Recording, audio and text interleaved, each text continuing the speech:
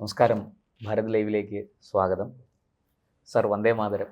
Vande Mataram. Prashant sir, നമ്മുടെ തിരുവനന്തപുരത്തെ അതിപ്രശസ്തമായ ഒരു ക്ഷേത്രമാണ് ശ്രീപത്മനാഭസ്വാമി ക്ഷേത്രം. ലോകമെങ്ങും അതിൻ്റെ ഖ്യാതി പരന്നിരിക്കുന്നു. ലോകത്തിൻ്റെ വിവിധ കോണുകളിൽ നിന്ന് ഭക്തന്മാരും ജിജ്ഞാസുക്കളും ഒക്കെ ഇത് കാണാൻ വേണ്ടി, ഇതിനെ അറിയാൻ വേണ്ടി ഇവിടെ വന്നുകൊണ്ടിരിക്കുന്നു. ഈ ക്ഷേത്രത്തെ ഇത്രയും പ്രശസ്തിയിലേക്ക് എത്തിച്ചത് ഒരു പരിധിവരെ പത്മനാഭ ക്ഷേത്രത്തിലെ ആ അമൂല്യമായ സ്വർണ്ണ സമ്പത്താണ്. ഇപ്പോൾ അടുത്ത കാലത്തായിട്ട് നമ്മുടെ വാർത്താമാധ്യമങ്ങൾ റിപ്പോർട്ട് ചെയ്യുന്നു, പത്മനാഭസ്വാമി ക്ഷേത്രത്തിൽ നിന്ന് വിലപിടിപ്പുള്ള, അതായത് നമുക്കൊന്നും ചിന്തിക്കാൻ കഴിയാത്ത അത്രയും വിലപിടിപ്പുള്ള അമൂല്യമായ വസ്തുക്കൾ, വൈരങ്ങൾ, വജ്രങ്ങൾ പോലെയുള്ള ആഭരണങ്ങൾ അവിടെ നിന്ന് നഷ്ടപ്പെട്ടിരിക്കുന്നു എന്ന് ഇങ്ങനെ വാർത്തകൾ പുറത്തു വരുന്നു. അതിനെ നിഷേധിച്ചുകൊണ്ട് പത്മനാഭസ്വാമി ക്ഷേത്രത്തിൻ്റെ ഉന്നത അധികാരികൾ രംഗത്ത് വരുന്നു. ഇത് സംബന്ധിച്ച് പോലീസിൻ്റെ ചില അന്വേഷണങ്ങൾ നടക്കുന്നതായി പറയപ്പെടുന്നു. ഔദ്യോഗികമായ സ്ഥിരീകരണം ഇതിനൊന്നും ലഭിച്ചിട്ടില്ല.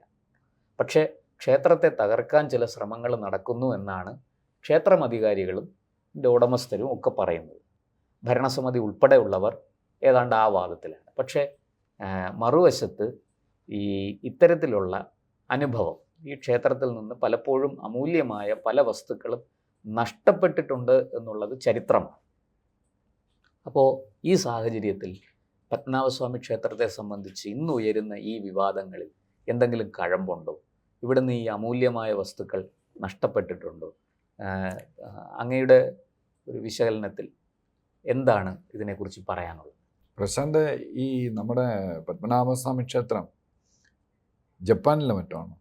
ജാപ്പാനീസാണോ അത് കൺട്രോൾ ചെയ്യുന്നത്? അല്ല, നമ്മുടെ മലയാളികളല്ലേ? അതെ. ശബരിമല കട്ടെടുത്ത്, ശബരിമലയിലെ അയ്യപ്പൻ തുണിയില്ലാതെ നിൽക്കുകയാണ് ഇപ്പം.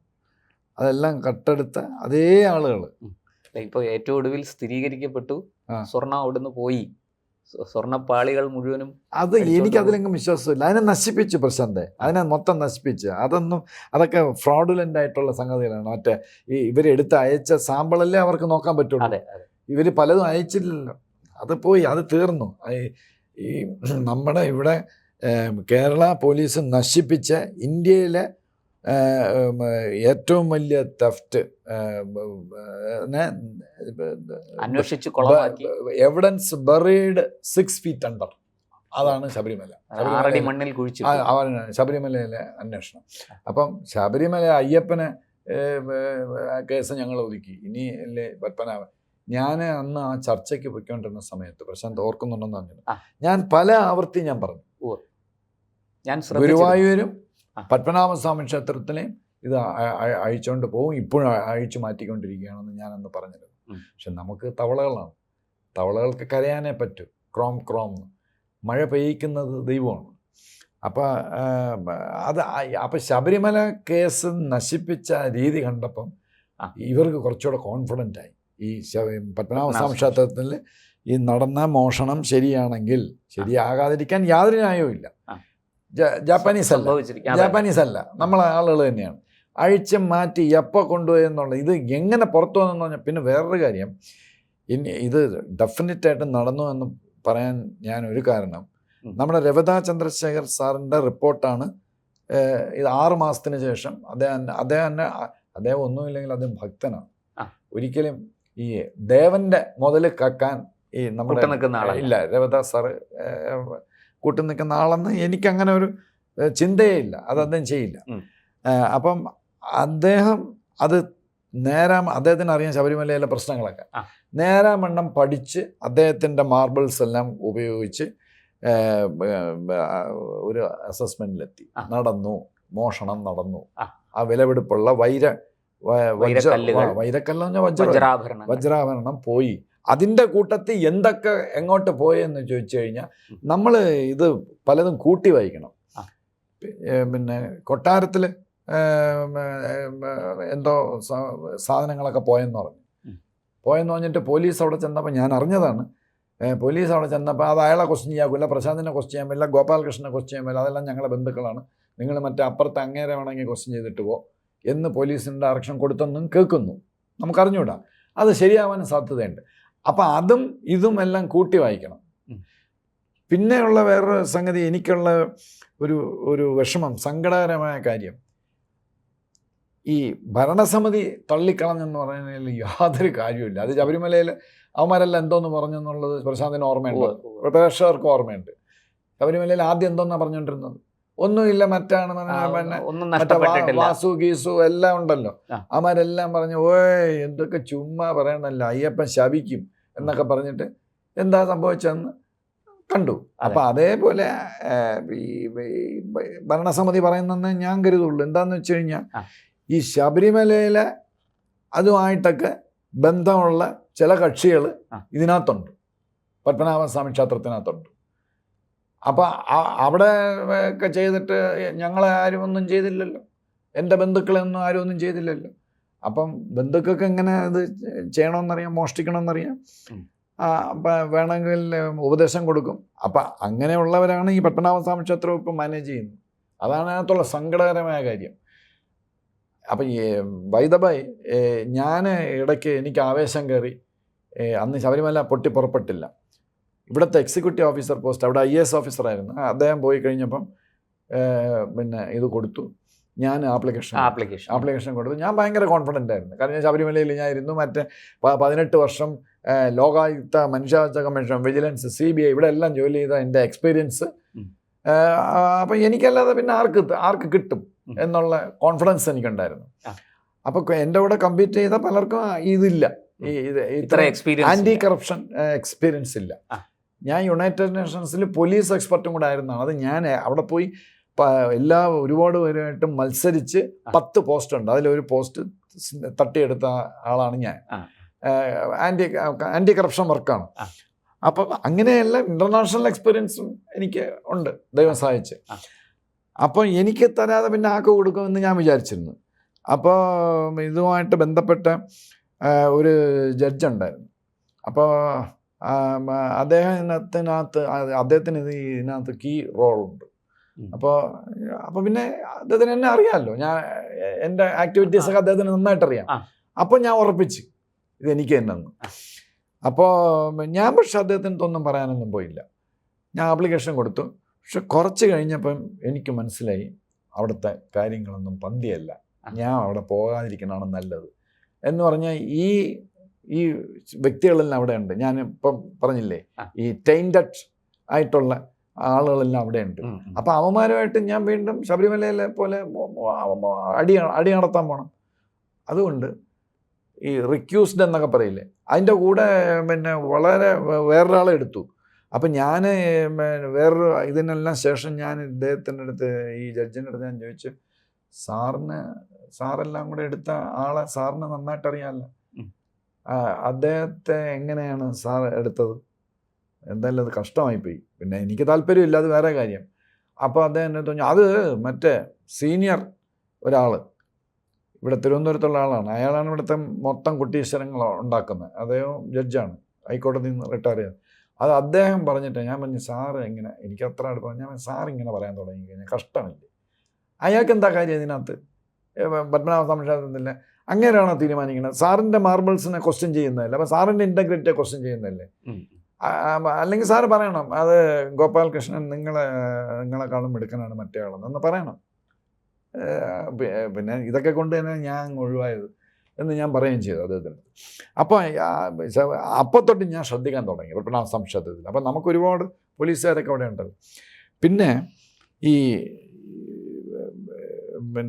എന്തൊക്കെ ഇവിടെ ഇനി ചെയ്യേണ്ടിയിരിക്കുന്നു എന്നുള്ളത് നമുക്ക് ലാസ്റ്റിൽ പറയാം. ഞാൻ മറന്നു പോകണമെന്ന് ചോദിച്ചോ. അവിടെ ഈ വോൾട്ട് ആണല്ലോ പ്രധാനം. ഈ വോൾട്ട് A-B-C-D-E-F 6, പിന്നെ GH 8 എണ്ണം ഉണ്ട്. 2 എണ്ണം GH ഇത് 3 തുറന്നിട്ടില്ല ഇതുവരെ. B 7 പ്രാവശ്യം തുറന്നു ഇതിനു മുന്നേ. മറ്റേ അവർ സുപ്രീം കോടതിയുടെ മറ്റേ വിനോദ് റായ് സാറ് തുറക്കാൻ വന്നപ്പം പാമ്പ് കൊത്തും, നിങ്ങളുടെ തലമുറകളെല്ലാം നശിച്ചു പോകും എന്നൊക്കെ പറഞ്ഞ് ഈ തൽപര കക്ഷികൾ ഇപ്പോഴും ഇവിടെ ആക്റ്റീവാണ്. ചില കുടുംബങ്ങൾ, ഈ പത്മനാഭസ്വാമി ക്ഷേത്രത്തിൽ ബന്ധപ്പെട്ട ചില കുടുംബങ്ങൾ, വളരെ പവർഫുള്ളായിട്ടുള്ള കുടുംബങ്ങളാണ് ഇതിൻ്റെ പിന്നിൽ. അവർ പറഞ്ഞ് പരത്തി ആദ്യമാണ് മാറ്റാണ്, ഭയങ്കര പ്രശ്നമാണ്. പിന്നെ കോടിക്കണക്കിന് രൂപ അവരുടെ കയ്യിലുണ്ടല്ലോ. അവർ പല കോടതികളിലൊക്കെ പോയി അതിനെ ചക്ക കുഴയുമ്പോൾ, കോടതി എന്ന് പറഞ്ഞാൽ പ്രശാന്ത്, ഇപ്പം നമ്മൾ ഇതൊക്കെ സംസാരിച്ചിട്ട് പ്രശാന്ത് സുപ്രീം കോടതിയിൽ ഹൈക്കോടതി ജഡ്ജിയാണ്. ഈ പ്രശാന്തിൻ്റെ മുമ്പ് വരുന്ന ഫാക്ട്സ് വെച്ചിട്ട് പ്രശാന്തിന് ഇത്, അപ്പം ഞാൻ പ്രശാന്ത് ഇത് നിങ്ങളുടെ ഞാൻ ഇതെല്ലാം ആണ്, എൻ്റെ മുന്നേ വന്നില്ലല്ലോ ഇതൊന്നും. അപ്പം മുമ്പ് വരുന്ന ഫാക്ട്സിലാണ് കോടതി വിധി പറയുന്നത്. അപ്പം അങ്ങനത്തെ ഫാക്ട്സ്, കോൺകോക്റ്റഡ് ആയിട്ടുള്ള ഫാക്ട്സ് നമുക്കനുകൂലമായി, ഈ തൽപര കക്ഷികൾക്ക് അനുകൂലമായി പത്മനാഭസ്വാമി ക്ഷേത്രം കൊള്ളയടിക്കാൻ താല്പര്യമുള്ള ഫാമിലികൾക്കൊക്കെ വെസ്റ്റഡ് ഇൻട്രസ്റ്റ് വരെ സെർവ് ചെയ്യുന്ന രീതിയിലേ ഈ കേസ് പ്രസൻറ്റ് ചെയ്യുള്ളൂ. അപ്പോൾ അതിൻ്റെ പുറത്താണ് സുപ്രീം കോടതി പിന്നെ വിധി പ്രസ്താവിക്കുന്നത്. അപ്പം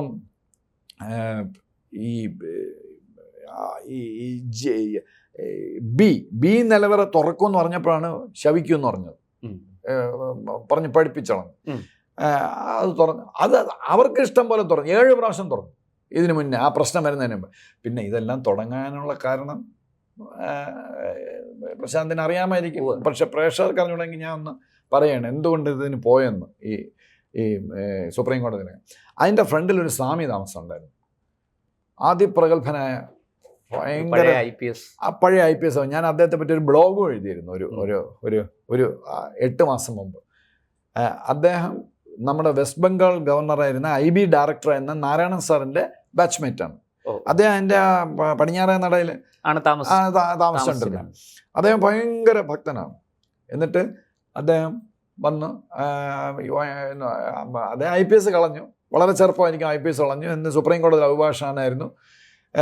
എന്നിട്ട് സ്വാമി തിരിച്ചു വന്ന് പത്മനാഭനെ ഭജിക്കാനായിട്ട് ഇവിടെ വന്ന് എപ്പോഴും കയറി ഇറങ്ങുക ചെയ്യുന്നു. അപ്പോൾ ഇത് നമ്മുടെ തൽപര കക്ഷിപ്പെട്ട മറ്റേ ഗാങ്ങിൻ്റെ ലീഡർ ഇതിങ്ങനെ ശ്രദ്ധിച്ചുകൊണ്ടിരിക്കുകയാണ്, ഇതാരാണ് സ്വാമി എന്നൊക്കെ. അത് ഒരു വെട്ടർ എന്നേ മറ്റേ കക്ഷി വിചാരിച്ചുള്ളൂ. അങ്ങനെ നമ്മൾ വെസ്റ്റ് ബംഗാൾ ഗവർണറോട് വന്നപ്പം വണ്ടി അങ്ങോട്ട് ഓട്ടം തുടങ്ങി. അപ്പോൾ വെസ്റ്റ് ബംഗാൾ ഗവർണറും മറ്റേ കരിമ്പൂച്ചയും കരിമ്പുലിയും ഒക്കെ ചാടി ഇറങ്ങിയപ്പോഴാണ് എല്ലാവരും ഞെട്ടി. അയ്യോ, ഈ സ്വാമി അയ്യങ്കാരുടെ അതെ അതെ, അയ്യോ ഇദ്ദേഹം ഇത്രയും വലിയ. അപ്പം മറ്റേ കക്ഷി ഇത് നോട്ട് ചെയ്തു. അപ്പം മറ്റേ കക്ഷി ഒരുപാട് പോക്കൃത്തങ്ങൾ ചെയ്തുകൊണ്ടിരിക്കുകയാണ്, മറ്റേ മൊന്തയിൽ ഇട്ടുകൊണ്ട് കൊണ്ട് കടത്തിക്കൊണ്ടിരിക്കുകയല്ലേ. അപ്പം ആ കക്ഷിക്ക് മനസ്സിലായി, അയ്യോ ഇവൻ പുലിയാണ്, ഇവനെ അടുത്തല്ലേ പറ്റുള്ളൂ. അങ്ങനെ ഇയാളെ അങ്ങ് അടുപ്പിച്ചു, ഭയങ്കര സ്നേഹമായി. പക്ഷെ അദ്ദേഹം അന്നും IB കാരനാണ്. ഇയാൾ വിചാരിച്ച് ഇയാളെ പറ്റിച്ചെന്ന് ഇല്ല. അദ്ദേഹം വളരെ അടുത്ത് നിന്ന്, അങ്ങനെയല്ലേ IB ഇൻഫർമേഷൻ എടുക്കണം, ഇൻ്റലിജൻസ് ഓഫീസേഴ്സ് ഇൻഫർമേഷൻ എടുക്കണം, ഫ്രണ്ട്ഷിപ്പ് ഉണ്ടാക്കിയല്ലേ. അപ്പം അങ്ങോട്ട് ക്വിഡ് പ്രോക്കോ എന്ന് പറയും ഇംഗ്ലീഷിൽ. ഞാൻ നിങ്ങൾക്ക് ചൊറിഞ്ഞെന്നാൽ നിങ്ങൾ എനിക്ക് ചൊറിഞ്ഞില്ല. അപ്പം രണ്ടുപേർക്കും സുഖം. അതുകൊണ്ട് ഇങ്ങേർക്ക് ഇൻഫർമേഷൻ കിട്ടി, മറ്റേ ആളും ഇൻഫർമേഷനൊക്കെ എടുത്ത് കുറച്ച് കഴിഞ്ഞാൽ മനസ്സിലായി ഇവിടെ മൊത്തം ഇതെല്ലാം കൂടെ അഴിച്ചു മാറ്റും, പത്മനാഭ അവസാനം തുണിയില്ലാതെ നിൽക്കേണ്ടി വരും എന്ന് അദ്ദേഹത്തിന് മനസ്സിലായി. അദ്ദേഹം ഇതിൽ കൊണ്ട് സുപ്രീം കോടതിയിൽ ഒരു കേസ് കൊടുത്തു, ഫയൽ ചെയ്തു, ഇതൊക്കെ ഓഡിറ്റ് ചെയ്യണം. അങ്ങനെയാണ് നമ്മുടെ വിനോദ് റായ് സാറും വരുന്നത്, ഗോപാൽ സുബ്രഹ്മണ്യം, ഇതുപോലുള്ള വലിയ വലിയ ആളുകളൊക്കെ വരികയും ഇടപെടുകയൊക്കെ ചെയ്തത്. പക്ഷേ ഞാനിവിടെ ഇല്ലായിരുന്ന സമയത്താണ് ഇത് നടന്നത്. അദ്ദേഹം ദുരൂഹമായ സാഹചര്യത്തിൽ അദ്ദേഹം മരണപ്പെടുകയാണ് ചെയ്തത്. മാത്രമല്ല അദ്ദേഹത്തിന് ഒരു സസ്പെഷനും എന്ന് പറഞ്ഞാൽ നല്ല ഹോംവർക്ക് ചെയ്തിരുന്നു ആരോ. ഞാൻ ആ ബ്ലോഗിൽ എഴുതിയത് അദ്ദേഹത്തിനെ പോയ്സൺ ചെയ്തു, അദ്ദേഹം ജീവൻ നഷ്ടപ്പെട്ടെന്നാണ് ഞാൻ സ്ലോ പോയ്സൺ. അതൊക്കെ അത് വലിയൊരു സബ്ജക്റ്റാണ്. ഇങ്ങനെയൊക്കെ അവസാനം ഹാർട്ട് അറ്റാക്ക് വന്നു, മൊസാദൊക്കെ ചെയ്യുന്ന പോലെ ഹാർട്ട് അറ്റാക്ക് വന്ന് അദ്ദേഹം കുഴഞ്ഞുകൊണ്ട് മരിച്ച് ഇമ്മീഡിയറ്റ് അന്ന് തന്നെ വിത്തൗട്ട് എനി ഡിലേ അങ്ങ് ബോഡി ഇത് ക്രിമേറ്റ് ചെയ്തു. അപ്പോൾ പിന്നെ ഇൻവെസ്റ്റിഗേഷനോ ഒന്നും ഇല്ലല്ലോ. പിന്നെ എനിക്കൊന്ന് അദ്ദേഹം കല്യാണമൊന്നും കഴിച്ചില്ല, ചോദിക്കാൻ. എനിവേ അത് നേരാമണ്ണം അദ്ദേഹത്തിൻ്റെ മരണം അന്വേഷിക്കപ്പെടാതെ പോയി. അപ്പം ഇങ്ങനെയുള്ള വളരെ പവർഫുള്ളായിട്ടുള്ള ചില ആളുകൾ നമ്മുടെ അതിനെപ്പറ്റി പത്മനാഭസ്വാമി ക്ഷേത്രത്തിൻ്റെ ചുറ്റിപ്പറ്റിയുണ്ട്. ഇവരാണ് ഈ സുപ്രീം കോടതി പോണതും ഈ കേസുകളെല്ലാം മാനേജ് ചെയ്യുന്നത്. അപ്പോൾ അപ്പം അതുകൊണ്ട് ശബരിമലയെക്കാളും ഭയങ്കര ബുദ്ധിമുട്ടാണ്. ശബരിമലയിൽ അത്രയും ബുദ്ധിമുട്ടില്ല, എന്നിട്ട് പോലും ശബരിമല കേസ് പോയല്ലോ, എങ്ങും എത്തിയില്ല. ഇവിടെ നമുക്ക് ചിന്തിക്കേ വേണ്ട, എന്തന്വേഷണം വന്നാലും ഈ മറ്റേ പവർഫുൾ ഗാങ് ഇറങ്ങും. ഈ ഭരണസമിതിയല്ല ഞാൻ ഉദ്ദേശിക്കുന്നത്, ഭരണസമിതിയിലെ ചിലർക്ക്, എല്ലാവരും ഉണ്ടെന്ന് ഞാൻ പറയില്ല, ചിലർക്ക് ഒളിഞ്ഞും തെളിഞ്ഞും ഒക്കെ ഈ പവർഫുൾ, പണ്ടേ അവിടെ ഒരു പവർഫുൾ ഗാങ്, ആ ഗാങ്ങുമായിട്ട് ബന്ധമുണ്ട്. അപ്പോൾ അങ്ങനെ, അല്ലെങ്കിൽ ഫാമിലിയായിട്ട് ബന്ധമുണ്ട്. അങ്ങനെയെല്ലാം അവർ വീണ്ടും സാറ് പറഞ്ഞു വരുന്നത് ഈ റിപ്പോർട്ട് വാസ്തവമാണ്, ഇവിടുന്ന് വിലപിടിപ്പുള്ള പല സാധനങ്ങളും നഷ്ടപ്പെട്ടിരിക്കാം. സാർ അങ്ങനെയാണെങ്കിൽ ഇതിനൊരു ഈ പറഞ്ഞതുപോലെ ഇതിനൊരു പരിഹാരം കണ്ടെത്തണമല്ലോ. ഒന്നി നഷ്ടപ്പെട്ട സാധനങ്ങൾ തിരിച്ചെടുക്കാൻ എത്രത്തോളം കഴിയും, പിന്നെ രണ്ട് ഇനി ഇത് ബാക്കി ഇരിക്കുന്ന സാധനങ്ങൾ നഷ്ടപ്പെടാതിരിക്കാൻ എന്താണ് ചെയ്യേണ്ടത്, അങ്ങനൊരു വശം കൂടി ഇതിനില്ലേ? അത് അങ്ങയുടെ നോട്ടം. അല്ല, അതൊക്കെ ശരിയാണ്. പക്ഷെ മോസ്റ്റ് പ്രോബബിളി ഈ വൈരം, സാർ ഒന്നാമത്തെ ഡ്യൂപ്ലിക്കേറ്റ് വൈരം, മറ്റേ അമേരിക്കൻ ഗോൾഡ് ഉണ്ട്, അതുപോലെ ഒരു സാധനം ചിലപ്പം ഇത് നമ്മുടെ മീഡിയ ഇത് അധികം കവർ ചെയ്തില്ല. അല്ല, ഈ മീഡിയ ഇത് എനിക്ക് തോന്നുന്നു ഇപ്പൊ കഴിഞ്ഞ 2-3 ദിവസങ്ങളായിട്ട് ഇത് സംബന്ധിച്ച വാർത്തകളൊന്നും മീഡിയ അത് കാര്യം പറഞ്ഞാൽ അവരുടെ ഇച്ഛാഭംഗം കൊണ്ടായിരിക്കും. ശബരിമലയിൽ എന്തെല്ലാം ചെയ്തു മീഡിയ, എന്നിട്ട് എന്താ ഒന്ന് ഉള്ളി ഒലിച്ചോ അല്ലേ, അതുകൊണ്ടായിരിക്കും അവർ അതിൻ്റെ പുറകെ പോകാത്ത. അതോ ഇനി മറ്റേ പവർഫുൾ ഫാമിലിന്റെ പുറകിലുണ്ടോ എന്നും നമുക്കറിഞ്ഞൂടാ.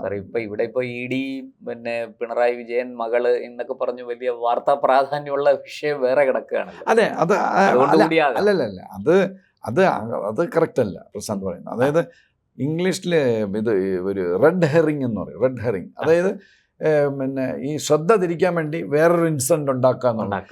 അപ്പം അത് അവർ അതിൽ തന്നെ ഇങ്ങനെ ചെയ്തുകൊണ്ടിരിക്കുന്നതാണ്. എന്താ അവർക്ക് ഇത് പറഞ്ഞുകൂടി? പറയാം. പിന്നെ അത് പറയാത്ത കാര്യം എനിക്ക് തോന്നുന്നത് ഇതായിരിക്കും, ചുമ്മാ കിടന്ന് സ്പിറ്റൽ വേസ്റ്റ് ചെയ്തിട്ട് കാര്യമല്ല, ശബരിമല പോയ പോക്ക് കണ്ടില്ല, അങ്ങനെയായിരിക്കാം പാർട്ട്ലി. പക്ഷെ ഫുള്ള് അത് അവരുടെ ആ നെഗ്ലിജൻസ് എനിക്ക് ന്യായീകരിക്കാൻ പറ്റുന്നില്ല. നമ്മൾ കഴിഞ്ഞ ഒരാഴ്ചയായിട്ട് ഈ വാർത്തകൾ ഇങ്ങനെ അന്തരീക്ഷത്തിൽ അവിടെ ഇവിടെയൊക്കെ കേൾക്കുന്നുണ്ട്. അതുകൊണ്ടാണ് ഇപ്പോൾ ഈ വിഷയം ചർച്ചയ്ക്ക് എടുക്കാം എന്ന് പോലും കരുതിയത്. ഒരു ഈ പറഞ്ഞതുപോലെ വളരെ പണ്ട് തൊട്ടേ പത്മനാഭസ്വാമി ക്ഷേത്രം ഞാൻ റിപ്പോർട്ട് ചെയ്തിരുന്ന കാലത്ത് ഞാൻ ജോലി ചെയ്തിരുന്ന പത്രത്തിന് വേണ്ടി ഞാൻ നോക്കിയിരുന്നതാണ്. പത്മനാഭസ്വാമി ക്ഷേത്രം എൻ്റെ ബീറ്റായിരുന്നു. ഒരുപാട് വാർത്തകൾ ഞാൻ ചെയ്തിട്ടുണ്ട്. പല നല്ല കാര്യങ്ങളും അവിടെ ചെയ്യാൻ സാധിച്ചിട്ടുണ്ട്. പല അഴിമതികളും പുറത്തു കൊണ്ടുവന്നത് അങ്ങനെയാണ്. പക്ഷേ ഇപ്പോൾ അങ്ങ് പറയുന്നത് കേൾക്കുമ്പോൾ നമുക്ക് വലിയ സങ്കടം തോന്നുന്നുണ്ട്. ഒരു മഹത്തായ ക്ഷേത്രം, കോടിക്കണക്കിന് വിശ്വാസികൾ, ലക്ഷം കോടി രൂപയുടെ സ്വത്ത്, ലോകത്തിലെ ഏറ്റവും സമ്പന്നമായ ഒരു ബില്യൺസ്. അതെ, ബില്യൺസ്. അപ്പോൾ അങ്ങനെ ഒരു ബില്യൺ എന്ന് പറയുമ്പോൾ 1000 മില്യണാണ്. ഒരു ബില്യൺ എന്ന് പറഞ്ഞാൽ 1000 മില്യൺ. അപ്പോൾ എത്രയോ ബില്യണാണ്. അതെ. അപ്പോൾ അങ്ങനെ ഒരു സാഹചര്യത്തിൽ ഇതിനൊരു ഈ നഷ്ടപ്പെട്ട സാധനങ്ങൾ തിരിച്ചെടുക്കാൻ കഴിയില്ലേ നമുക്ക്? അതിന് തിരിച്ചെടുക്കുന്നതിന് മുമ്പേ ചിലപ്പം ഞാൻ പറഞ്ഞില്ല, അമേരിക്കൻ ഡയമണ്ട് അവിടെ എവിടെയെങ്കിലും കൊണ്ടിട്ടേക്കും. ഇട്ടിട്ട് യുവമാരെ എന്നെ വിളിച്ചു പറയും, ഇതാ അവിടെ ഒരു വൈരം കിടപ്പുണ്ടെന്ന്. എന്നിട്ട് അതിനെ കൊണ്ട് തിരിച്ചവിടെ വയ്ക്കുമായിരിക്കും. പിന്നെ അഥവാ ഇതല്ലല്ലോ, ഞാൻ അന്നേ ചർച്ചയിൽ പറഞ്ഞു, ഈ ഗുരുവായൂരും ഇവിടുത്തെ എല്ലാ അഴിച്ചു മാറ്റിക്കൊണ്ടിരിക്കുകയാണ്. അല്ല, ഈ പിന്നെ ഇത് നമുക്ക് പരിഹരിക്കാൻ പറ്റുമെന്ന് വെച്ചാൽ ഇൻവെസ്റ്റിഗേഷൻ നമുക്ക് പോലീസിൻ്റെ അടുത്ത് അന്വേഷിക്കാൻ പറ്റുള്ളൂ, CBIയോ അല്ലെങ്കിൽ അതുപോലുള്ള ഏജൻസികൾക്ക്. പക്ഷേ ഈവൻ CBI വരെ ഇൻഫ്ലുവൻസ് ചെയ്യാൻ കെൽപ്പുള്ള ശബരിമലയിൽ അത്രയും ഇല്ലായിരുന്നു. ശബരിമലയിൽ CBI ഇൻവെസ്റ്റിഗേഷൻ സ്വാധീനിക്കാൻ ഇത്തിരി ബുദ്ധിമുട്ടായിരുന്നു, ആ ഇൻവെസ്റ്റിഗേഷൻ വന്നിരുന്നെങ്കിൽ. പക്ഷെ ഇവിടെ അതല്ല, CBI പോലും സ്വാധീനിക്കാൻ കെൽപ്പുള്ള പവർഫുൾ ഗാങ് ഈ പത്മനാഭസ്വാമി ക്ഷേത്രത്തിനെ ചുറ്റിപ്പറ്റിയുണ്ട്. അത് ഞാൻ അങ്ങനെ പറയുള്ളൂ, എല്ലാവർക്കും കേൾക്കുമ്പോൾ മനസ്സിലാവും ആരായിരിക്കും എൻ്റെ പിന്നിലെന്ന്. എനിവേ, അപ്പോൾ ഈ പിന്നെ അവിടെയുള്ള ഒരുപാട് അപാകതകളുണ്ട്. ഈ സെക്യൂരിറ്റി ലാപ്സസ് ഒരുപാട്. ഈ എന്തിനാണ് ഈ ക്യാമറയൊക്കെ വെച്ചിരിക്കുന്നത്? ഇതൊക്കെ അത് കണ്ട് എന്തെങ്കിലും ഒരു പ്രശ്നം വന്നാൽ നമുക്ക് ക്യാമറ റീപ്ലേ ചെയ്ത് നോക്കാനില്ലേ, റെക്കോർഡ് ചെയ്തതൊക്കെ നോക്കാനില്ലേ? അതെല്ലാം പോക്കാണ്. എന്തിനാ പറയുന്നത്? എന്നെ പിന്നെ രമേശ് ചെന്നിത്തല സാർ ആഭ്യന്തരമന്ത്രി ആയിരുന്നപ്പോൾ, ഞാൻ പോലീസ് സ്റ്റാൻഡിങ്ങുള്ള പ്രിൻസിപ്പൾ ആയിരുന്നപ്പോൾ എന്നെ ഡെപ്യൂട്ടി കമ്മീഷണറായിട്ട് ഞാനും പത്മനാഭസ്വാമി ഭക്തനാണ്, പക്ഷെ കുറച്ചാളുകൊണ്ട് ഞാൻ അങ്ങോട്ട് പോകാറില്ല ശബരിമലയെ പോലെ. ഞാൻ അവിടെ ഒരു പ്രാവശ്യം ഒരു 500 റുപ്പീസ് ഞാൻ ഇങ്ങനെ കൊടുത്തു. അപ്പം അത് വാങ്ങിച്ചിട്ട് ഇങ്ങനെ എറിഞ്ഞു. അതാണ് എന്ന് പറഞ്ഞാൽ എന്തെന്ന് 500 റുപ്പീസ്, അതാണ് അവരുടെ. ഞാൻ അമ്പലത്തിൽ പോയി 500 റുപ്പീസ്, അതാണ് എൻ്റെ ഒരു മാക്സിമം, അതിൽ കൂടുതൽ എനിക്ക് കൊടുക്കാനില്ല. അപ്പോൾ അതിനുശേഷം എനിക്കൊരു ഇച്ഛാഭംഗം വന്ന് ഞാൻ അവിടെ പോകാറില്ല. എന്ന് പറഞ്ഞാൽ ദേവന് കുഴപ്പമില്ല, ദേവനെ ചുറ്റിപ്പറ്റി നിൽക്കുന്ന ഇവരാണല്ലോ ഈ പ്രശ്നക്കാർ, നമ്മുടെ മനുഷ്യരാണല്ലോ എല്ലാ ആരാധനാലയങ്ങളും, പ്രത്യേകിച്ച് ഹിന്ദു ആരാധനാലയങ്ങൾ തുലയ്ക്കുന്നത് ആ ചുറ്റിപ്പറ്റി നിൽക്കുന്ന ആളുകളാണ്, അല്ലാതെ ദേവനല്ല. അപ്പം എന്താ ഞാൻ പറഞ്ഞത്? രമേശ് ചെന്നിത്തല രമേശ് ചെന്നിത്തല സാർ ഇരുന്നപ്പം ഞാൻ ചെന്ന് ഞാൻ പറഞ്ഞു സാറിനെ ഡെപ്യൂട്ടി കമ്മീഷണർ ഞാൻ പറഞ്ഞു എൻ്റെ പൊന്ന് സാറേ ഞാൻ അവിടെ പോയില്ല, ഞാൻ മെഡിക്കൽ ലീവ് എടുക്കും. അതെന്താണ്? അപ്പം ഞാൻ പറഞ്ഞു എൻ്റെ ഒരു ബന്ധു റോയൽ ഫാമിലിയായിട്ട് ഉണ്ട്, എൻ്റെ ഒരു ബന്ധു, അതുകൊണ്ട് ഞാൻ പോയില്ല. ആ പേഴ്സണെ എനിക്ക് നന്നായിട്ടറിയാം, ഈ ബന്ധു ആവുന്നതിനും ഈ ഫാമിലിയിൽ കയറുന്നതിന് മുമ്പ് തന്നെ എനിക്ക് ആ ആളെ എനിക്കറിയാം. ആ ആള് ഷെയ്ഡി ക്യാരക്ടറാണ്. അപ്പം ഞാൻ പോവില്ല, എനിക്ക് പെൻഷൻ വാങ്ങിക്കണം, ഞാൻ പോവില്ല സാറെന്ന് പറഞ്ഞു. അപ്പോൾ അദ്ദേഹത്തിന് അത് മനസ്സിലായി. ഞാൻ അദ്ദേഹത്തിന് പറഞ്ഞു കൊടുത്തു ആരാണെന്ന്. അപ്പോൾ അദ്ദേഹത്തിന് മനസ്സിലായി. ഞാൻ അങ്ങനെയാണ് ഇത് കറങ്ങിത്തിരിഞ്ഞ് ഞാൻ പിന്നെ ശബരിമലയ്ക്ക് അപ്ലൈ ചെയ്യും, ഞാൻ പിന്നെ ശബരിമലയ്ക്ക് പോവുകയും ചെയ്തത്. അപ്പോൾ ഇങ്ങനെയുള്ള ഒരുപാട് സംഗതികൾ അവിടെ ഉണ്ട്. ഈ സാധനം മോഷ്ടിച്ചുകൊണ്ട് പോകാൻ, അല്ലെങ്കിൽ പിന്നെ ഞാൻ ചോദിക്കട്ടെ, ഈ 7 തൊട്ട് 8:30 മണി വരെ എന്തുകൊണ്ടാണ് നമുക്ക് കയറി തൊഴാൻ പറ്റാത്തത്? അവിടെ എന്തോ രാജകുടുംബം വരുമെന്നോ എന്തോ ആചാരം എന്ന് പറഞ്ഞാൽ നമുക്ക് പോയി രാജാവ് എന്ന് പറഞ്ഞാൽ 1000 പേരുമായിട്ടാണ് വരുന്നത്. അവരെ നമ്മളാരും പോയി രാജാവിനെ ഇടിക്കുകയൊന്നുമില്ല, രാജാവിനെ ലേഡീസിനെ പോയി ആരും ഒരു ഭക്തനും ഇടിക്കില്ല. ഒരു കൺട്രോൾഡ് മാനറിലാണെങ്കിൽ മനസ്സിലാക്കും. ഞാൻ തന്നെ കണ്ടിട്ടുണ്ട് അവിടെ ഈ പിന്നെ ലാത്തി പോലുള്ള മറ്റേ ഇത് കെയിനുമായിട്ട് ഇവർ നിൽക്കും, സെക്യൂരിറ്റിക്കാർ ഇങ്ങനെ കാണിച്ച് ഓടിക്കും. എന്തിനാണത്? അതാണല്ലോ VS കൊടുത്ത ഇൻഫർമേഷൻ. ലേറ്റ് ആണെങ്കിലും ആ സമയത്താണല്ലോ ആരും ഇല്ലാത്തപ്പം അതിനകത്ത് ഇട്ടുകൊണ്ട് പോയത്. അപ്പം ഈ അത് സ്വാമി അത് കണ്ടുപിടിച്ച് അത് ലെവലാക്കിയാണ്. പക്ഷേ സ്വാമി പോയി, നമ്മുടെ IPS. അപ്പം അതുകൊണ്ട് അതെന്താണ് അങ്ങനെ ചെയ്യുന്നത്? മാത്രമല്ല, ഞാനിത് റിപ്പോർട്ട് ചെയ്ത ശേഷം ഞാൻ ഒരു എൻ്റെ രീതിയിൽ ചില അന്വേഷണങ്ങളെ കടത്തി. അപ്പോൾ അവിടെ ക്യാമറ വെച്ചിട്ടുണ്ട്, പല നിരീക്ഷണ ക്യാമറ, പലതും വർക്ക് ചെയ്യുന്നില്ല. മാത്രമല്ല, ചെമ്പകത്ത് മൂട് എന്ന് പറയുന്ന ഒരു ഗേറ്റ് ഉണ്ട് അവിടെ, കിഴക്കേ നടയുടെ അപ്പുറത്ത്. അതുവഴിയാണ് ഈ റോയൽ ഫാമിലീസ് വരുന്നതും പോകുന്നതും. നോ ഫ്രിസ്കിങ്, പോകുമ്പോഴും ഇല്ല വരുമ്പോഴും. ഞാൻ ചോദിക്കട്ടെ, അജിത് ഡോവൽ സാറിനെ ഫ്രിസ്ക് ചെയ്യുമല്ലോ, പാർലമെന്റിൽ MP-മാരെ ഫ്രിസ്ക് ചെയ്യുമല്ലോ, അതിൻ്റെ മുകളിൽ എന്താണ്? അങ്ങനെയാണെങ്കിൽ VSന്റെ ആ പ്രശ്നം വരില്ലല്ലോ. അങ്ങനെയാണെങ്കിൽ മറ്റേ അയ്യങ്കാർ, IPS അയ്യങ്കാർ പോവില്ലല്ലോ. അവിടെ പല അന്വർത്ഥങ്ങൾ നടക്കുന്നുണ്ടല്ലേ. ഇവരെ മാത്രമല്ല, അവരുടെ ലേബലിൽ ഇവരുടെ കൂട്ടത്തിൽ വരുന്നവരെല്ലാം രാജകുടുംബമാണല്ലോ. പ്രശാന്തും ഞാനും കൂട്ടത്തിൽ പോയാൽ അവിടെ ഉള്ളവർ ആരെങ്കിലും ചോദിക്കുമോ? ആരും ചോദിക്കില്ല, ഒരു മനുഷ്യനും ചോദിക്കില്ല. There is no frisking at all. അങ്ങനെ പാടില്ല. പ്രത്യേകിച്ച് ആരും കാണാതെ വരുന്നവരാണ്. അപ്പം വേറെ ആരും ഇല്ല. അപ്പം അവരുടെ ഇടയിലും വേറെ രീതിയിൽ ചിന്തിക്കുന്ന ആളുകൾ കാണാമല്ലോ. റോയൽ ഫാമിലി ആയതുകൊണ്ട് മാത്രം എല്ലാം കറക്റ്റാണോ? കറക്റ്റാണോന്നുണ്ടോ? അവരെന്താ ജാപ്പനീസോ ഡാനിഷ് വംശത്തിൽപ്പെട്ടവരാണ്. ഇവിടെ നമ്മുടെ മലയാളികളല്ലേ. ആർക്കെന്താണ് കുബുദ്ധി തോന്നുന്നതെന്ന് പറയാൻ പറ്റില്ലല്ലോ. അപ്പോൾ അതുകൊണ്ട് പിന്നെ അവിടെ ക്യാമറയില്ല. അവിടെ ഒരു ക്യാമറയേ ഉള്ളൂ. ആ ചെമ്പകത്തിൻ മൂട് ഗേറ്റിൻ്റെ അവിടെ ഒറ്റ ക്യാമറയേ ഉള്ളൂ. അത് വർക്ക് ചെയ്യുന്നില്ല. അഥവാ അത് വർക്ക് ചെയ്താലും ഈ അങ്ങോട്ട് പോണതല്ലേ കാണുന്നുള്ളൂ, ഇങ്ങോട്ട് വരണതല്ലേ കാണുന്നുള്ളൂ. അവിടെ പിന്നെ വേറൊരു ഗേറ്റുണ്ട്. അതിൻ്റെ ഈ പിന്നെ ഇവർ വരുന്ന രണ്ട് എന്താ ഭജനമടോ അങ്ങനെ, അതുവഴിയും പിന്നെ വേറൊരു വഴിയും കൂടെയാണ്. അപ്പം അവിടെ ഒന്നും ക്യാമറ ഇല്ല. പിന്നെ ഈ ക്യാമറ ചുമ്മാ വെച്ചിട്ട് കാര്യമില്ല. സെക്യൂരിറ്റി ഓഡിറ്റിംഗ് നടത്തണം. സെക്യൂരിറ്റി ഓഡിറ്റിംഗ് എല്ലാ വർഷവും ചെയ്യണം. പിന്നെ ഞാൻ ഇതൊക്കെ പറയാൻ കാര്യം, ഈ ക്യാമറയൊക്കെ വെക്കുന്നതിൻ്റെ തുടക്കം ഒരു സ്റ്റേജ് ഉണ്ടായിരുന്നു. അന്ന് ഞാൻ AIG ആണ്, 2011-12 കാലഘട്ടങ്ങൾ. ഞാൻ AIG 2 ആണ്. എൻ്റെ കൈ കൊണ്ടാണ് ഞാൻ സെക്യൂരിറ്റി പ്ലാൻ തയ്യാറാക്കിയത്. എൻ്റെ ഒരു പോലീസ് എക്സ്പീരിയൻസും പിന്നെ അന്ന് വേണുഗോപാൽ K നായർ എന്ന് പറഞ്ഞൊരു ADGP ആണ്, അദ്ദേഹമായിട്ടൊക്കെ ആലോചിച്ച് ഞാനും എൻ്റെ PSO മനു എന്ന് പറയാൻ ഇപ്പോൾ SI ആണ്, ഞങ്ങളെല്ലാം കൂടെ ഇരുന്ന് വരച്ച് ഉണ്ടാക്കി ഡയഗ്രാം ഉണ്ടാക്കി ആണ് ഞങ്ങൾ പിന്നെ സിറ്റി അന്ന് DGPക്ക് കൊടുത്തത്. അത് പിന്നെ എങ്ങോട്ട് പോയെന്നോ എങ്ങനെയെന്നൊന്നും എനിക്കറിഞ്ഞൂടാ. അതനുസരിച്ചാണോ അത് ചെയ്തിരിക്കുന്നതെന്നും എനിക്കറിഞ്ഞൂടാ. എല്ലാം അതേപോലെ ചെയ്തില്ലെങ്കിലും ഞാൻ പറഞ്ഞ കുറേ ഇതൊക്കെ ഞാൻ പെർട്ടനൻ്റായിട്ട് ഈ രാജകൊട്ടാരത്തിൽ നിന്ന് വരണവരെ എല്ലാം ഇത് ക്യാമറ നേരെ വെക്കണമെന്നൊക്കെ ഞാൻ പറഞ്ഞിരുന്നു. പക്ഷെ ഞാൻ ഇപ്പോഴാണ് മനസ്സിലാക്കി, ഈ പ്രശ്നമൊക്കെ നടന്നപ്പോഴാണ് മനസ്സിലായത് അവിടെ ഒരു ക്യാമറയുള്ളതെന്ന്. മാത്രമല്ല അവരെ കൂടെ ആരൊക്കെയോ വരുന്നു, ആരൊക്കെയോ തിരിച്ചു വന്നു, ആരെയും ഫ്രിസ്ക് ചെയ്യുന്നില്ല. അപ്പോൾ പിന്നെ സെക്യൂരിറ്റി ഓഡിറ്റിംഗ് നടത്തണം പോലീസ്, അത് പോലീസാണ് നടത്തേണ്ടത്. പിന്നെ അവിടുത്തെ DCP വിനോദ് എന്ന മറ്റോ പറഞ്ഞ ഒരു പയ്യനാണ്, അയാൾ SP ആണ്. എന്നെ പോസ്റ്റ് ചെയ്തപ്പോൾ ഞാൻ പോയില്ല എന്ന് പറഞ്ഞല്ലോ. ഇദ്ദേഹം വളരെ ടൈൻറ്റഡ് ആയിട്ടുള്ളൊരു മനുഷ്യനാണ് ഞാൻ അന്വേഷിച്ചിടത്തോളം. നമുക്ക് പോലീസിൽ ഒരുപാട് ഇതുണ്ടല്ലോ, ഒരുപാട് പ്രശ്നങ്ങളൊക്കെ ഉണ്ടായിരുന്ന ആളാണ്. അദ്ദേഹത്തെ ചില political political backing, strong political back, അങ്ങനെയൊക്കെ പ്രൊമോഷൻ കിട്ടൂലായിരുന്നു. അങ്ങനെ പ്രൊമോഷൻ വാങ്ങിച്ച് അവിടെ പോസ്റ്റ് ചെയ്തു. അപ്പോൾ അതൊരു കോൺസ്പിറസി ആകാം. ഇങ്ങനെയുള്ള അയാളൊന്നും ചെയ്യില്ല. പിന്നെ അയാൾ ചെയ്തില്ലെങ്കിൽ അതിൻ്റെ മുകളിൽ കമ്മീഷണർ ഉണ്ടല്ലോ, കമ്മീഷണർ ചെയ്തോ security auditing? When was the last security auditing done? C പിന്നെ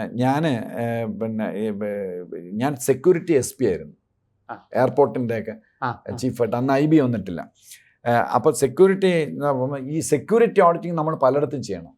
അപ്പം ഞാൻ നോക്കിയപ്പോൾ VSൻ്റെ സെക്യൂരിറ്റിയൊക്കെ വളരെ മോശമാണെന്ന് തോന്നി. ആരും ഒന്നും മിണ്ടുന്നില്ല. അപ്പോൾ ഞാൻ ആരുടെ അടുത്തൊന്നും പറഞ്ഞൊന്നുമില്ല. ഞാൻ VSൻ്റെ വീട്ടിൽ പോയി സെക്യൂരിറ്റി ഓഡിറ്റിംഗ് നടത്തി. ഞാനും എൻ്റെ കൂടെ ഒരു ഓഫീസറുണ്ടായിരുന്നു. ഞാൻ VSമായിട്ട് ഞാൻ സംസാരിച്ചു. നേരത്തെ പറഞ്ഞിട്ടാണ് പോയത്. അവസാനം അതിന് ഞാൻ ഒരുപാട് പണി വാങ്ങിച്ചു. ഇഷ്ടപ്പെട്ടില്ല എൻ്റെ മേലുദ്യോഗസ്ഥർക്കന്ന്. നിങ്ങളെന്തിനാണ് അവിടെ പോയത്? ഞാൻ പറഞ്ഞു, സാറേ CM അല്ലേ, CMന് സെക്യൂരിറ്റി ഓഡിറ്റിംഗ് നടത്തുന്ന പോകുന്ന വഴിക്ക് ഒരു മരക്കൊമ്പ് ഇങ്ങനെ പൊളിഞ്ഞ് തല വീഴാറായി നിൽക്കുന്നു. ഞാൻ അതൊക്കെ റിപ്പോർട്ടിൽ ചെയ്തിട്ടുണ്ട്. അദ്ദേഹത്തിൻ്റെ കാർ പോകുമ്പോൾ അത് പൊട്ടി വീഴും. അതുപോലെ ആരും നോക്കുന്നില്ല. സെക്യൂരിറ്റി ഓഡിറ്റിംഗ് നമ്മൾ നടത്തണ്ടേ സാർ? അതുപോലെ തന്നെ മറ്റേ ഇതുണ്ടല്ലോ, നമ്മുടെ ഫ്രിസ്കിങ്, മറ്റേ ഇതുണ്ടല്ലോ, ആ ഡോർ, ഞാൻ മറന്നു എൻ്റെ പേര്, മറ്റേ ഡോർ, മെറ്റൽ ഡിറ്റക്ടർ, ആ ഡോറ്, അതൊന്നും വർക്ക് ചെയ്യുന്നില്ല. നല്ല എനിക്ക് ഓർമ്മയുണ്ട്. അത് വലിയ വിഷയമായി, എന്നോട് വലിയ അനിഷ്ടമുണ്ടായി ആ സീനിയർ ഉദ്യോഗസ്ഥന്. അപ്പോൾ അതുകൊണ്ട് സെക്യൂരിറ്റി ഓഡിറ്റിംഗ് എന്ന് പറഞ്ഞാൽ ഒരു പരമപ്രധാനമായി. എത്ര ക്യാമറ വർക്ക് ചെയ്യുന്നു, ബ്ലാക്ക് സ്പോട്ട് ഉണ്ടോ, അല്ല ബ്ലൈൻഡ് ഫോൾഡ് ഉണ്ടോ, നമുക്ക് ചില ആംഗിളിൽ കാണാൻ പറ്റില്ല, നമ്മുടെ കാറിലെ മിറർ പോലെ, അതൊക്കെ ഉണ്ടോ, അതൊക്കെയാണ് നോക്കേണ്ടത്. ഈ കമ്മീഷണറാണ് ചെയ്യേണ്ടിയിരുന്നത്. കമ്മീഷണർ ചെയ്തില്ല. കമ്മീഷണർ ചാർജ് എടുത്ത ശേഷം ചെയ്തോ, അതിന് മുമ്പ് ചെയ്തോ? പിന്നെ അതിൻ്റെ മുകളിലുണ്ടല്ലോ ഈ ശ്വാസം പിടിച്ച് ഇങ്ങനെ നിന്നപ്പോൾ മതിയോ? ഇതൊക്കെയല്ലേ അവരുടെ ജോലി. ഇല്ലെങ്കിൽ DCP വിളിച്ചു പറഞ്ഞാൽ നിങ്ങൾ സെക്യൂരിറ്റി ഓഡിറ്റിംഗ് നടത്തണമെന്ന്. അദ്ദേഹത്തിന് വന്ന് നടത്തിയ എന്താ? സെക്യൂരിറ്റി ഓഡിറ്റിങ്ങിന് നേതൃത്വം കൊടുത്ത എന്താ? IG കരുഞ്ഞ്. ഇത് ലോകം മുഴുക്ക ശ്രദ്ധിക്കുന്ന വെൽത്തിയസ്റ്റ് എന്നുള്ളതാണ്. ഇവിടുത്തെ പറഞ്ഞിട്ടാണോ വരുന്നത് കള്ളന്മാർ? അപ്പോൾ അത് സെക്യൂരിറ്റി ആണെങ്കിൽ നടത്തണ്ടേ? അവരാരും നടത്തില്ല. ഇനി ചിലപ്പോൾ അദ്ദേഹം ഇനി വേറൊരു മതവിശ്വാസക്കാരനായോണ്ടാണോ എന്ന് അറിഞ്ഞുകൂടാ, ഇതൊന്നും താല്പര്യമില്ലാത്ത, അല്ലെങ്കിൽ അതിൻ്റെ മുകളിൽ ആളില്ലേ. അപ്പോൾ ഈ പത്മനാഭസ്വാമി ക്ഷേത്രം ഉപേക്ഷിച്ച പോലെയാണ്. അവിടെ എന്തൊക്കെ എല്ലാം ബോളാർഡ് മറ്റേ ഇതൊക്കെ വെച്ചിട്ടുണ്ട്, അതൊക്കെ ചെക്ക് ചെയ്യണം. ചെക്ക് ചെയ്തില്ല. അപ്പം പിന്നെ ഈ പാർലമെൻറ്റിലെ MP മാരെ ഫ്രിസ്ക് ചെയ്യുന്നു. നാഷണൽ സെക്യൂരിറ്റി അഡ്വൈസറെ അജിത് ഡോവൽ സാറിനെ ഫ്രിസ്ക് ചെയ്യുന്നുണ്ടല്ലോ എയർപോർട്ടിലും അവിടെ ഇവിടെയൊക്കെ. ഇവർക്കെന്താ റോയൽ ഫാമിലി മെമ്പേഴ്സിനെ ഫ്രിസ്ക് ചെയ്ത് എന്താ കുഴപ്പം? പത്മനാഭം ശവിക്കുമോ, പാമ്പ് കുത്തുമോ, തലമുറകൾ പോവുമോ, എന്തെന്നൊക്കെ? ഇത്രയ്ക്ക് നമ്മുടെ ആളുകൾക്ക് വിവരമില്ലേ? രാജഭരണമൊക്കെ പോയി, പ്രൂവേഴ്സ് പോലും അവർക്കില്ല. അവരിങ്ങനെ നമ്മളെ പോലെ, പ്രശാന്തിനെ എന്നെ പോലെ, അവർക്ക് കുറച്ചുകൂടെ പൈസ ഉണ്ട് എന്നേ ഉള്ളൂ, അല്ലാതെ വേറെ ഒന്നും ഇല്ല. അതൊക്കെ ചരിത്രം പറയാൻ തുടങ്ങിക്കഴിഞ്ഞാൽ എനിക്ക് ഒരുപാട് കാര്യങ്ങൾ പറയാനുണ്ട്. അത് ഞാനിപ്പോൾ പറയുന്നില്ല ഇവിടെ.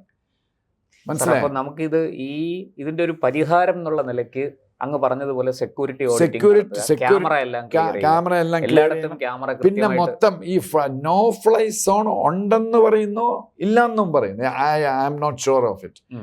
ഉണ്ട്, അത് നടപ്പിലാക്കിയിട്ടുണ്ടെന്ന് പറയുന്നു. ചുമ്മാ പറഞ്ഞ് എഴുതി വെച്ചിട്ട് കാര്യമില്ലല്ലോ.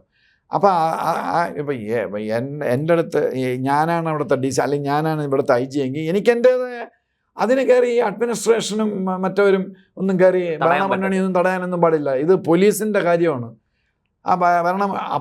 അപ്പോഴാണ് എനിക്ക് സംശയം, ഈ അവരെങ്ങനെയാണ് പറയണത്, എന്തൊന്നും ഭരണ അഡ്മിനിസ്ട്രേറ്റീവ് കമ്മിറ്റിയാണ് അവർ പറയണത് ഇവിടെ ഒന്നും പോയിട്ടില്ല. അതെങ്ങനെ അവർക്ക് പറയാൻ പറ്റും? അവർ പോലീസാണോ? കള്ളത്തരം ഉള്ളിടത്തും മോഷണം ഉള്ളിടത്തും അല്ലേ പോലീസ് വരേണ്ടത്. അവരങ്ങ് പോലീസ് വേണം പരിശോധിച്ചിട്ട്. ഇത് നമ്മുടെ മറ്റേ ശബരിമലയിലെ അണ്ണന്മാരെല്ലാം പറഞ്ഞതുപോലെ ഇവിടെ ഒന്നും നടന്നിട്ടില്ല, ഒന്നും നടന്നില്ല, ഒരു പ്രശ്നമില്ല എന്ന് പറഞ്ഞ പോലെ ഉള്ളൂ. അത് ഈ ഇത്രയും സംഭവങ്ങൾ നടന്നിട്ട് പോലും ഇങ്ങനെയുള്ള സ്റ്റേറ്റ്മെൻറ്റുകൾ അവർക്ക് ഇറക്കാൻ പറ്റുന്നു. അവർ പറയേണ്ടത് എന്താ? ശരി, ഒരു സെക്യൂരിറ്റി ഓഡിറ്റ് നടത്തട്ടെ. ആരും ഒന്നും പറയില്ല. അങ്ങനെയാണെങ്കിൽ സെക്യൂരിറ്റി ഓഡിറ്റ് നടത്തില്ലെങ്കിൽ ഇവർ പറയണ്ടേ? ആരും ഒന്നും പറയുന്നില്ല. അവിടെ തോന്നിയാസമാണ് ആ അമ്പലത്തിൽ നടക്കുന്നത്. ഇത് തന്നെയാണ് ഗുരുവായൂർ, അതിന് സംശയമൊന്നുമില്ല. ഇപ്പം നമ്മളൊരു VIP ആണെങ്കിൽ നമ്മൾ ചെല്ലുമ്പം നമ്മുടെ കൂടെ നിന്ന് എല്ലാം തൊഴിയിക്കണം. അത് കഴിഞ്ഞാൽ പിന്നെ അവന്മാരുടെ രാജ്യമാണ്. അപ്പം ഇത് എന്താ പണ്ട് ഇവിടെ ഞാൻ കുഞ്ഞായിരുന്നൊക്കെയുമ്പോൾ ഇവിടെ ഒരു മുദ്രാവാക്യം ഉണ്ടായിരുന്നു, ഞങ്ങളുടെ പോലീസ് ഞങ്ങളെ തല്ലിയ നിങ്ങൾക്ക് എന്താ കോൺഗ്രസ്സേ. എനിക്കൊന്ന് CPM ഭരണത്തിരുന്നപ്പോൾ മാറ്റമാണ് എന്ന് പറഞ്ഞ പോലെയാണ് അമ്പലങ്ങൾ, നമ്മുടെ അമ്പലങ്ങൾ, പത്മനാഭസ്വാമി ക്ഷേത്രം. ഇവിടെ ഇനി പോയിട്ട് അന്വേഷണ കമ്മീഷനും CBIയും NIA എന്ന് വന്നിട്ട് കാര്യമില്ല. സാധനം പോയിട്ട് നമ്മളത് പ്രിവെൻറ്റ് ചെയ്യുക. അതിനെന്ത് നടപടി എടുക്കുന്നു? ഞങ്ങളുടെ ഇഷ്ടം പോലെ ഹിന്ദുക്കളുടെ കാര്യത്തിൽ ആരും ഇടപെടേണ്ട. അത് വേറെ ആരും ഇടപെട്ടില്ലല്ലോ. നമ്മളെല്ലാം ഹിന്ദുക്കളല്ലേ, നമ്മളല്ലേ പറയണ്ടല്ലോ. നമ്മളെല്ലാവരും കൃത്യമായിട്ടും നിയമവാഴ്ചയുള്ള ഒരു രാഷ്ട്രമാണ്. ഭരണഘടനയുണ്ട്, ഇവിടെ ഭാരതീയ ന്യായ സംഹിത പോലെയുള്ള നിയമ സംഹിതകളുണ്ട്. നമ്മളെല്ലാം അതനുസരിച്ചാണ് ജീവിക്കണം. അതുകൊണ്ട് ഇവിടെ ഹിന്ദു ആയാലും മുസ്ലിം ആയാലും ക്രിസ്ത്യാനി ആയാലും അതെല്ലാം പാലിക്കാൻ നമ്മൾ തീർച്ചയായിട്ടും. അതുതന്നെ. അപ്പൊ ഈ വൈരക്കല്ലിന്റെ കൂടെ ഇനി വേറെ എന്തൊക്കെ പോയെന്ന് അറിഞ്ഞുകൂടാ. പിന്നെ ഇനി വേറെ GH ABCDEF അതിൽ B തുറന്നിട്ടില്ല, ഞാൻ നേരത്തെ പറഞ്ഞല്ലേ. ഇനി GH തുറന്നിട്ടില്ല. അതിന്റെ എന്തെന്നാണെന്ന് ആർക്കും അറിഞ്ഞൂടാ. Nobody knows. GH വോൾട്ട് അതൊന്നും അതിന്റെ ഏരിയ കൂടെ പോയി കഴിഞ്ഞാൽ പറയും സർപ്പം എന്നൊക്കെ പറഞ്ഞ് ഇവിടെ അങ്ങനെ പറയാനും പ്രചരിപ്പിക്കാനും ആളുകളുണ്ട്. ഇവരെ സപ്പോർട്ട് ചെയ്യുന്ന ഒരു ഗ്യാങ് ക്ഷേത്ര ജീവനക്കാരും പത്മനാഭസ്വാമി ക്ഷേത്രത്തിലുണ്ട്. ഈ ഗ്യാങ് സപ്പോർട്ട് ചെയ്യുന്ന അവരുടെ പുറകെ പോയി കഴിഞ്ഞാൽ തന്നെ നമുക്ക് മൊത്തം സംശയം വരും. എല്ലാ തട്ടിപ്പ് വെട്ടിപ്പ് ഉടായ്പ് തരികിട പരിപാടികൾ ഈ എല്ലാ ക്ഷേത്ര ജീവനക്കാരും അല്ല, എനിക്ക് പരിചയമുള്ള ചില ക്ഷേത്ര ജീവനക്കാരുണ്ട്, വളരെ സാധുക്കളാണ്. ശബരിമലയെ പോലെ ഈ 75% ഈ ആ പോസ്റ്റിലൊക്കെ പിടിച്ച് കയറുന്നവർ ഈ രാഷ്ട്രീയ നേതൃത്വവും പോലീസുകാരൊന്നും അനങ്ങില്ല. പോലീസുകാർക്ക് പേടിയാണ്. ഈ DCPയോ കമ്മീഷണറോ IG ആരും ഇതിലൊന്നും നോക്കി. നമ്മുടെ DAയും നമ്മുടെ TAയും പിന്നെ എനിക്ക് സീക്രട്ട് ഫണ്ട് എല്ലാം കിട്ടുന്നുണ്ടോ ഈ ഒരു ചിന്തയല്ല, അത് വേറെ ഒന്നുമില്ല. അഥവാ അവിടെ വൈരക്കല്ലോ മോഷണം പോയി ക്യാമറ വർക്ക് ചെയ്യില്ലെങ്കിൽ അവിടെ നിന്ന് ഹെഡ് കോൺസ്റ്റബിളിനെ സസ്പെൻഡ് ചെയ്യും, അല്ലെങ്കിൽ ഇൻസ്പെക്ടറെ സസ്പെൻഡ് ചെയ്യും, മാക്സിമം DCP സസ്പെൻഡ് ചെയ്യും. എന്നിട്ട് അവനെ വിളിച്ച് പറയും, ഒരു 6 മാസം അബ്ബൊക്കെ തീരട്ടെ, തന്നെ റീഇൻസ്റ്റേറ്റ് ചെയ്തേക്കാം. അങ്ങനെ മതിയോ? അത് പോരാ, തീർച്ചയായിട്ടും പോരാ. Wealthiest most affluent God. ഇങ്ങനെ ഈ ഒബ്ജക്ഷനൊക്കെ കൊണ്ടുവരണവരെ വളരെ സ്ട്രോങ് ആയിട്ട് നല്ല ലോയേഴ്സിനെ വെച്ചിട്ട് അപ്പെക്സ് കോർട്ടിൽ നമ്മൾ പ്രോപ്പറായിട്ട് അത് കാര്യങ്ങൾ അവതരിപ്പിക്കണം. ഫ്രിസ്ക് ചെയ്യാൻ പാടില്ല. അങ്ങനെ ആചാരമാണ്. എന്തെന്ന് ആചാരം? ഒരു ഹ്യൂമൻ ബീങ്ങിനെ ഫ്രിസ്ക് ചെയ്യാൻ പാടില്ല എന്ന് പറഞ്ഞാൽ ഇന്ത്യയിൽ അങ്ങനെ ഒരാളെ എനിക്കൊന്ന് PM-നെ വരെ ചിലപ്പം ഫ്രിസ്ക് ചെയ്യുമായിരിക്കും. വെളിയിൽ പോകുമ്പോൾ US PM-നെ ഫ്രിസ്ക് ചെയ്യില്ല. നമ്മുടെ പ്രസിഡന്റ് പോയിട്ട് പ്രസിഡന്റിനെ പരിശോധിച്ചു. അതെ, പക്ഷെ ഇവരെ ആരും അത് തന്നെ ഒരു സംശയം. Because in the backdrop of that allegation raised by VS. അതെ, പണ്ട് അങ്ങനെ ഒരു ആരോപണം ഉയർന്നതാണ്. അതെ. അപ്പോൾ എന്തായാലും സാർ നമുക്കിപ്പോൾ ആകെ ചെയ്യാവുന്ന കാര്യം നമുക്കിത് പൊതുജനങ്ങളുടെ അടുത്ത് എത്തിക്കാം. ഇതൊരു വലിയ ആവശ്യമാക്കി പൊതുജനങ്ങളുടെ ഇടയിൽ നിന്ന് ഒരു വലിയ ആവശ്യമായിട്ട് ഇത് ഉയർന്നു വരാം. അതാണ് നമുക്ക് ചെയ്യാൻ കഴിയുന്ന കാര്യം. എന്തായാലും തീർച്ചയായിട്ടും അതൊരു വലിയൊരു പത്മനാഭസ്വാമി ക്ഷേത്രം നമ്മുടെ നമ്മുടെ ലോകാത്ഭുതങ്ങളിൽ ഒന്നായിട്ട് നിലകൊള്ളുകയാണ്. അങ്ങനെ തന്നെ നിലനിർത്താൻ നമുക്ക് എല്ലാവർക്കും ബാധ്യതയുണ്ട്. നമ്മളെല്ലാവരും ഏറ്റവും സത്യസന്ധമായിട്ട് ആ വിഷയത്തിൽ ഇടപെടുകയും ഈ പറഞ്ഞതുപോലെ അവിടുത്തെ വിലപിടിപ്പുള്ള ഈ അമൂല്യ വസ്തുക്കൾ, ഈ വലിയ അമൂല്യമായ സമ്പത്ത് അതിനൊരു കേടും വരുത്താതെ അതെങ്ങനെയാണോ പൂർവികർ അടുത്ത തലമുറയ്ക്ക് കൈമാറിയത് അതുപോലെ നമുക്കും അത് അടുത്ത തലമുറയ്ക്ക് കൈമാറാനുള്ളതാണ്. ഈ ലാസ്റ്റിൽ ഞാൻ ഒന്നുകൂടെ പറഞ്ഞ വോൾട്ട് B, നിലവറ B, GH ഇതെല്ലാം ഓപ്പൺ ചെയ്യിക്കണം. സുപ്രീം കോടതിയിൽ പോകണം. അവിടെ നമ്മൾ പറയും പോലെ ഇരിക്കും. പറഞ്ഞ് ഇനി ആരെതിർത്താലും അത് ഓപ്പൺ ചെയ്ത് അസസ് ചെയ്ത് അത് സെക്യൂരിറ്റി ഓഡിറ്റ് നടത്തി അത് പ്രോപ്പറായിട്ട് മെയിൻറ്റെയിൻ ചെയ്യുക. ഈ സെക്യൂരിറ്റി എന്നും പോരാ, അങ്ങനെ തന്നെ ചെയ്യണം. വരട്ടെ സാർ, നമുക്ക് നമ്മുടെ ഈ ഇതൊരു നിവേദനം പോലെ ചെല്ലട്ടെ, അത് എത്തേണ്ടടുത്ത് എത്തട്ടെ, കണ്ണുള്ളവർ കാണട്ടെ, കാതുള്ളവർ കേൾക്കട്ടെ. അതെ, വന്ദേ മാതരം. വന്ദേ മാതരം.